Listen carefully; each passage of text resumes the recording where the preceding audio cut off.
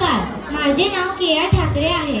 आज मी आपल्या समोर आई आणि मुलगी या दोघांमधील संवादाचे कथा वाचन करणार आहे.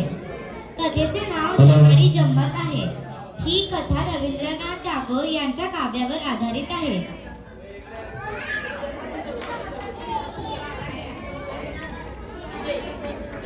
आई, एकदा की नाही मी खूप खूप गंमत करणार. मी चिवचिव चिमणी होणार. हसू नकोस हां. सकाळी दूध घेतलं की मी अंगणात जाईन.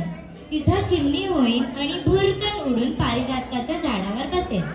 तू अंगणात येशील ना, तेव्हा मी झाडाच्या पानात लपेन आणि चिव चिव करीत तुला हाका मारीन.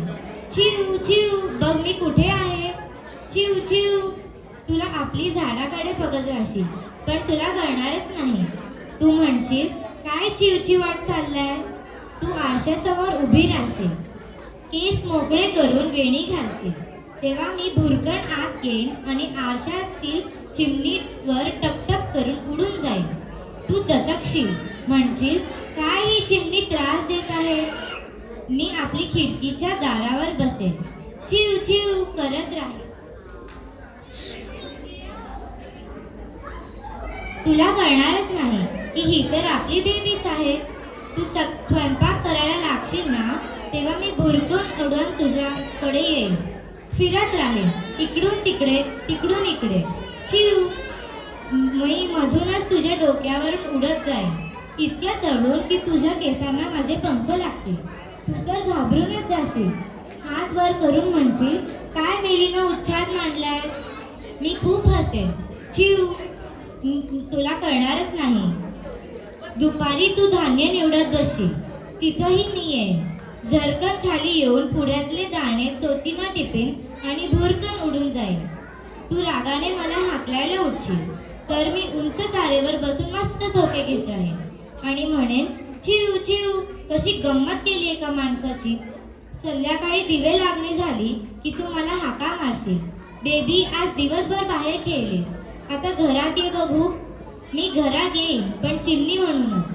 दिवाणखान्यात येईन आणि तसबिरीच्या चौकटीवर बसून तुझ्याकडे टकमक टकमक पाहत राहील. तू म्हणशील, अजून ही बया इथंच.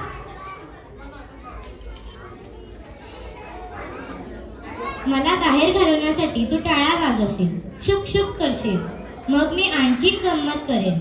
मी तसबिरीवरून उठेन आणि वेड्यासारखी या भिंतीपासून त्या भिंतीपर्यंत जोरानं उडायला लागेल. तू रागावशील, घाबरशीलही आणि मोठ्याने ओरडशील, बेबी कुठे आहेस तू. आपली मोठी काठी घेऊन येऊ पाहू. ही चिमणी आज फारच सतावते आहे. मी भुरकन उडेल आणि बाहेर जाईन आणि माहिती काही करीन. पुन्हा आपली बेबीच होईल नेहमीसारखी. मग काठी घेऊन दिवाणखान्यात धावत येईल आणि म्हणेन, आई ही घे काठी. कुठे आहे ग चिमणी. तू इकडे तिकडे पाहशील, तसबिरीवर, कपाटावर, दारावर, पण चिमणी दिसायचीच नाही. तू म्हणशील, गेली वाटतं बया. तुला कळणारच नाही की ती बया तुझ्या समोरच उभी आहे. तुला कधी समजायचंच नाही की आपली बेबी चिमणी झाली होती.